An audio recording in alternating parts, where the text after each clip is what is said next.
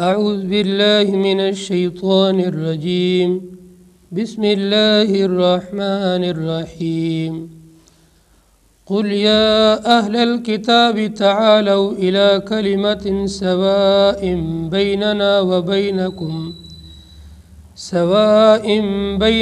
وبينكم ألا نعبد إلا الله ولا نشرك به شيئا ولا يتخذ بعضنا بعضا أربابا من دون الله فإن تولوا فقولوا اشهدوا بأننا مسلمون۔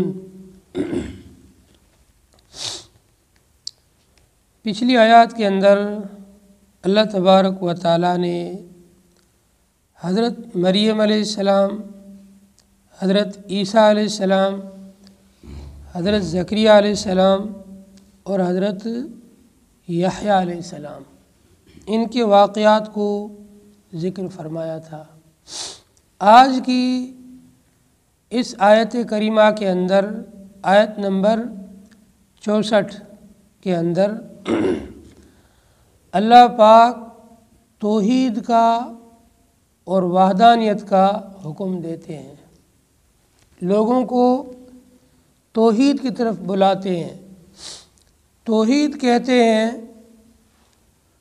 ایک اللہ کو معبود ماننا، اللہ تبارک و تعالیٰ کے سوا کوئی عبادت کے لائق نہیں ہے، کسی کی عبادت کرنا جائز نہیں ہے۔ اللہ تبارک و تعالیٰ کا کوئی شریک نہیں ہے، نہ عبادات کے اندر، نہ معاملات کے اندر، نہ کسی اور چیز کے اندر۔ اللہ کا کوئی شریک اور ساجی ہو ہی نہیں سکتا ہے۔ اللہ تبارک و تعالی ہر کام کے اندر، ہر فعل کے اندر، ہر حکم کے اندر اور ہر چیز کے اندر یکتا اور اکیلا ہے۔ قل، اے نبی جی آپ کہہ دیجئے، یا اہل الکتاب، اے اہل کتاب۔ اہل کتاب یہود اور نصارہ تھے۔ یہود کو اللہ تبارک و تعالیٰ نے توریت عطا فرمائی اور نصارہ کو انجیل عطا فرمائی، اور بھی حضرت داؤد علیہ السلام کو زبور عطا فرمائی، اور دیگر انبیاءوں کو صحیفے عطا فرمائے۔ حضرت ابراہیم علیہ السلام پر بہت سارے صحیفے نازل ہوئے۔ تو یہ جتنے بھی لوگ تھے صحیفوں والے یا کتابوں والے، انہیں اہل کتاب کہا جاتا ہے۔ تمہارے پاس کتاب آئی ہے، اور ان کا دعویٰ تھا کہ ہم توحید پر ہیں۔ یہ اپنے آپ کو موحد کہتے تھے۔ یہود بھی کہتے تھے کہ ہم موحد ہیں، ابراہیم علیہ السلام کے دین پر ہیں، اور نصارہ بھی کہتے تھے ہم بھی موحد ہیں، ہم بھی حضرت ابراہیم علیہ السلام کے دین پر ہیں۔ سب کا دعویٰ تھا کہ ہم ابراہیم کے دین پر ہیں اور موحد ہیں، لیکن عقیدے کے اندر سب کے سب کمزور پڑ چکے تھے، شرک میں پڑ چکے تھے۔ تو اللہ تعالیٰ نے ان سب کو ایک کلمے کی طرف بلایا، اور وہ کلمہ تھا لا الہ الا اللہ۔ آدم علیہ السلام سے لے کر آخری نبی حضرت محمد مصطفیٰ صلی اللہ علیہ وسلم تک جتنے بھی انبیاء آئے، ہر نبی کو اللہ پاک نے ایک کلمہ دیا، لا الہ الا اللہ، کہ آپ کو اپنے قوم کو یہی سمجھانا ہے اللہ کے سوا کوئی معبود نہیں ہے۔ معبود صرف اللہ کی ذات ہے، جس کی عبادت کی جائے وہ صرف اللہ کی ذات ہے۔ اللہ تبارک و تعالی عبادت میں یکتا ہے، اللہ کے ساتھ کسی کی عبادت نہیں کی جائے گی۔ اسی طریقے سے کسی چیز کو حرام اور حلال ٹھہرانے میں یہ بھی صرف اللہ کا اختیار ہے۔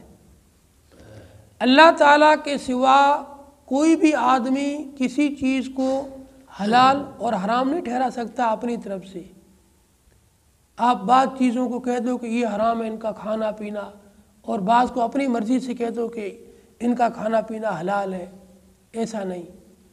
جن کو اللہ نے حرام قرار دے دیا یہ حرام ہے، اور جن کو اللہ نے حلال قرار دے دیا یہ حلال ہے، یہ توحید میں شامل ہے۔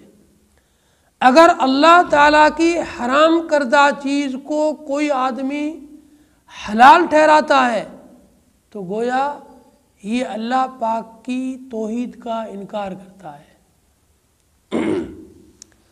یا اللہ پاک کی حرام کردہ چیز کو کوئی حلال ٹھہراتا ہے، یہ بھی اللہ تعالیٰ کے ساتھ کسی نہ کسی کو شریک کرے گا، یا تو خود خدائی کا دعویٰ کر رہا ہے یا کسی اور کے کہنے پہ ہی حلال کہہ رہا ہے تو اس کو یہ خدا مان رہا ہے۔ مثال کے طور پر اللہ تعالیٰ نے سور کو حرام کر دیا، ایمان والوں کے لیے سور کا گوشت کھانا حرام اللہ نے کر دیا۔ حرم علیکم المیتۃ والدم ولحم الخنزیر وما اہل لغیر اللہ۔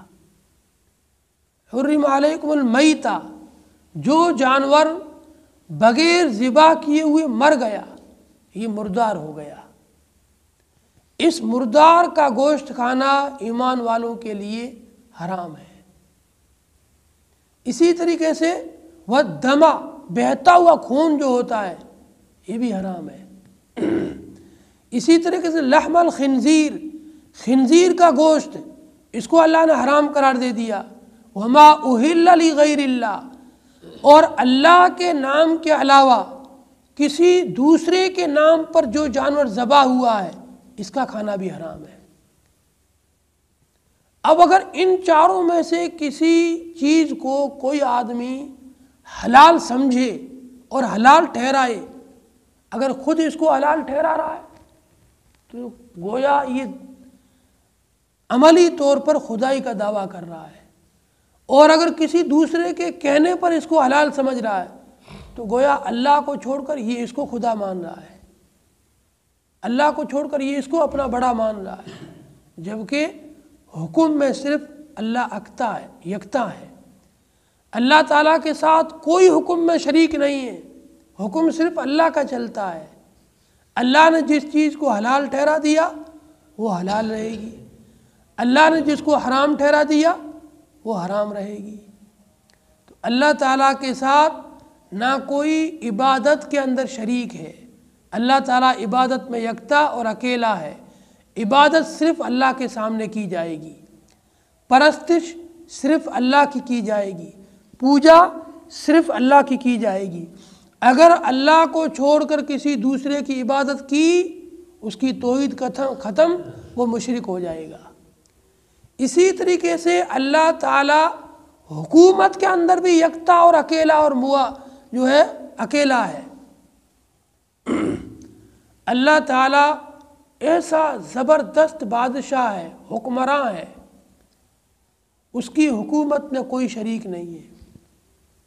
اللہ اکیلا ساتوں زمین، ساتوں آسمان، اس کے درمیان کی مخلوقات اور جتنے بھی یہ پہاڑ، سمندر، دریا، خشکی تری کی مخلوقات ہے، سب کا اکیلا سلطان اور بادشاہ ہے، اور اس کی بادشاہت میں کوئی ایک ناخون برابر بھی شریک نہیں ہو سکتا ہے۔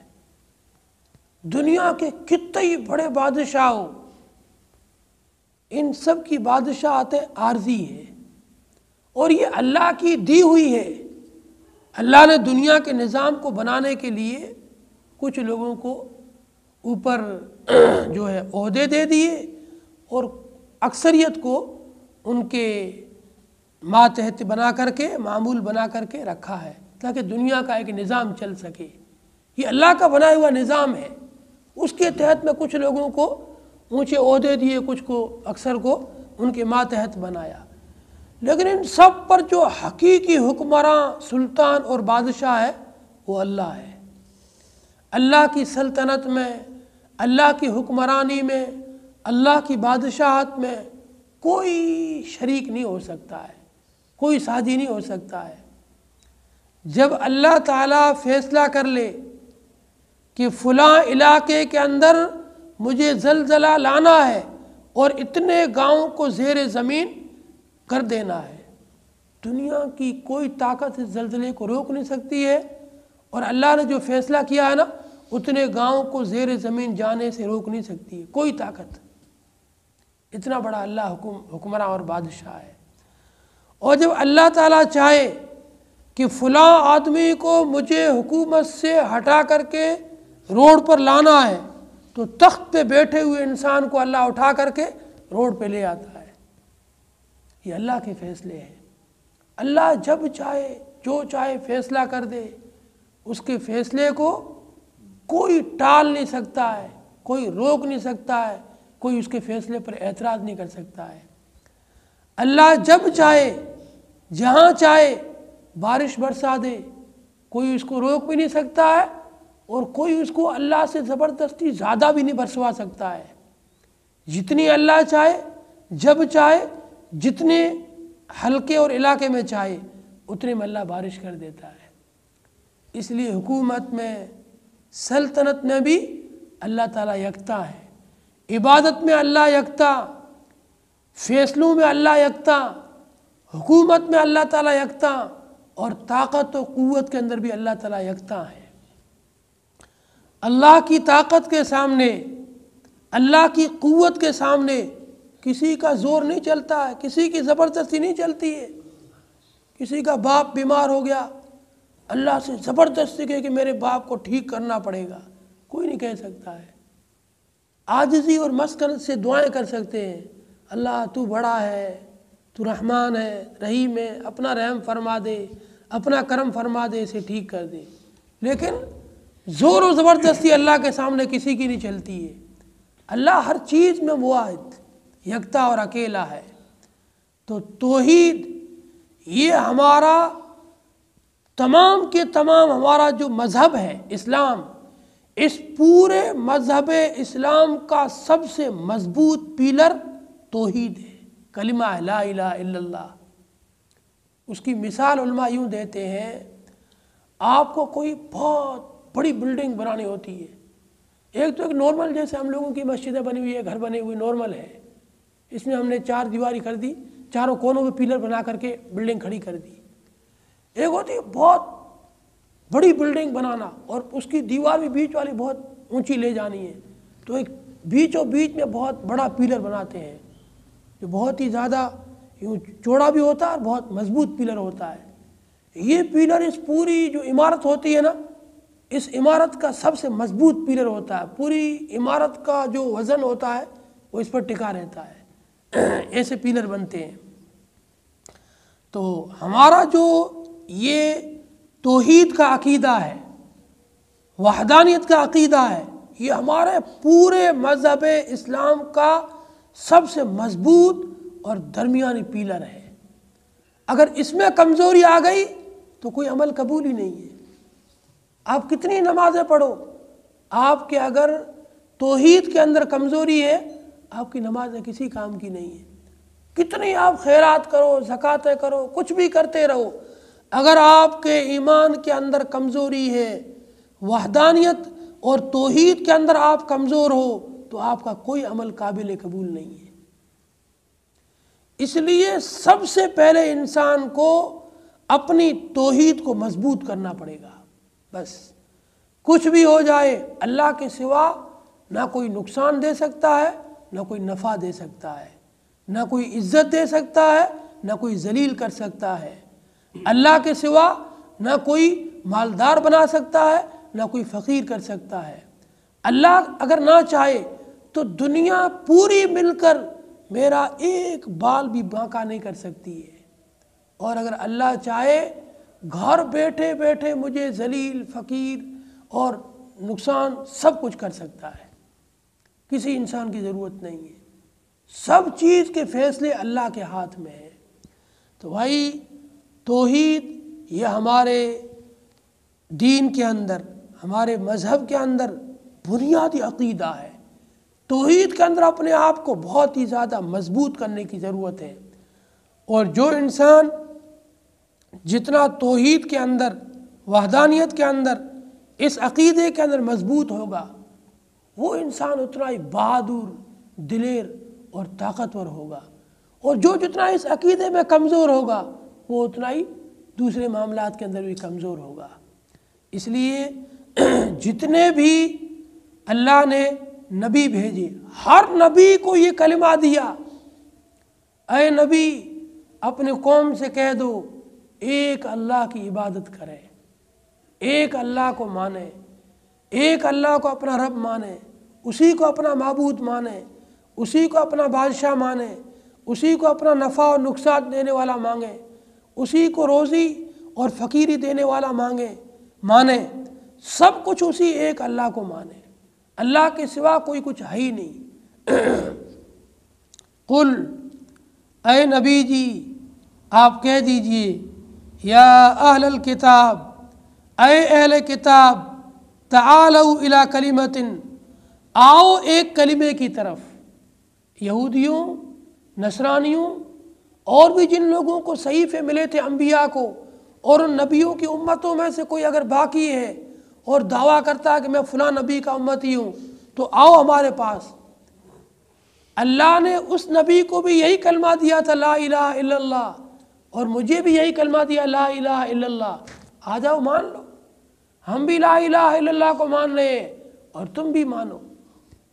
اے یہودیوں تم بھی مانو لا الہ الا اللہ کو، اے نصرانیوں تم بھی مانو لا الہ الا اللہ، اور جتنے بھی اس وقت میں موجود ہیں یہ سب کے سب امت محمدیہ میں شمار ہوں گے۔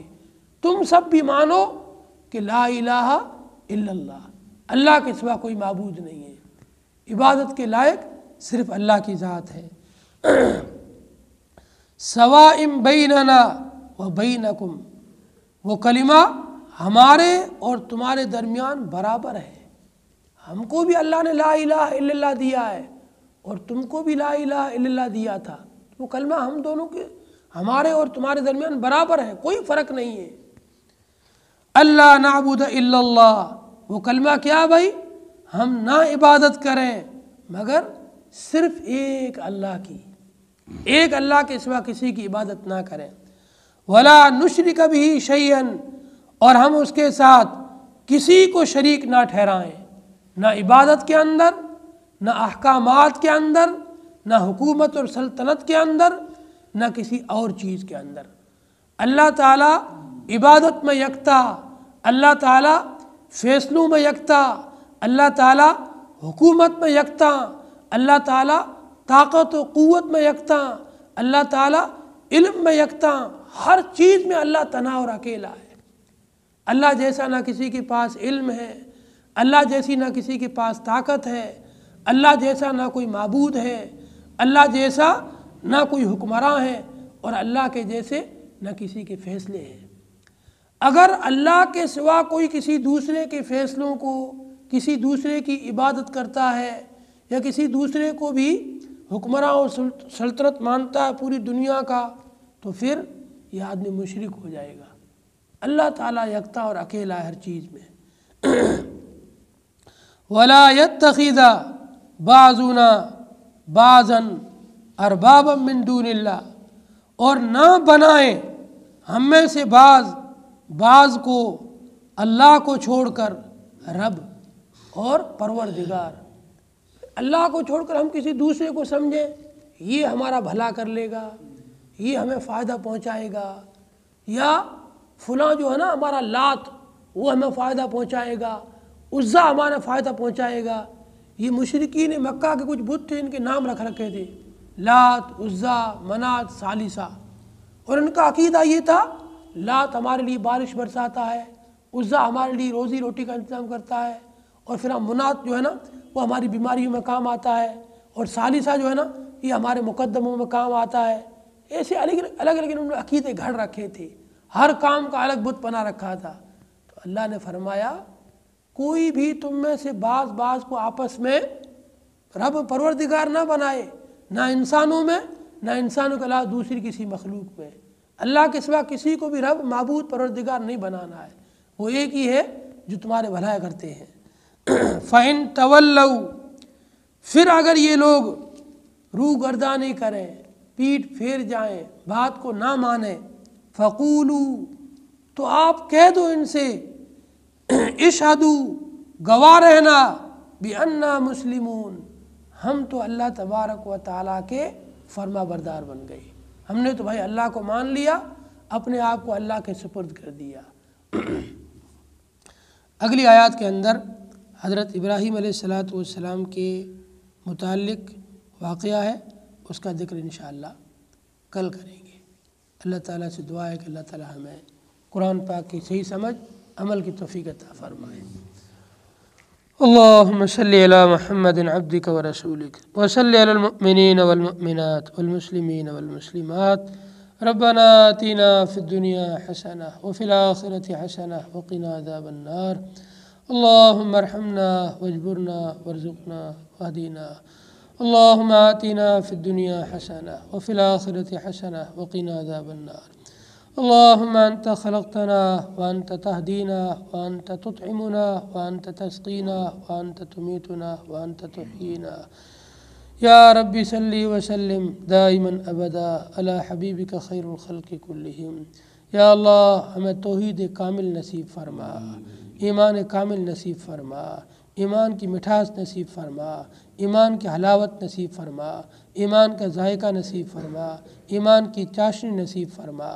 یا اللہ ہمارے دلوں میں ایمان کامل کو راسخ فرما دے، ہماری نسلوں کے اندر ایمان کامل کو راسخ فرما دے۔ یا اللہ ہمارے اہل و اولاد کے اندر ایمان کامل کو بھر دے۔ یا اللہ انہیں موحد بنا دے، توحید پرست بنا دے، شرک سے ان کی حفاظت فرما، کفر سے ان کی حفاظت فرما، فسق و فجور سے ان کی حفاظت فرما، نفاق سے ان کی حفاظت فرما، خیر و خوبی نصیب فرما کر توحید کے اوپر جینے اور مرنے کی توفیق عطا فرما۔ یا ربی صلی وسلم دائما ابدا علی حبیبک خیر الخلق کلہم برحمتک یا ارحم الراحمین۔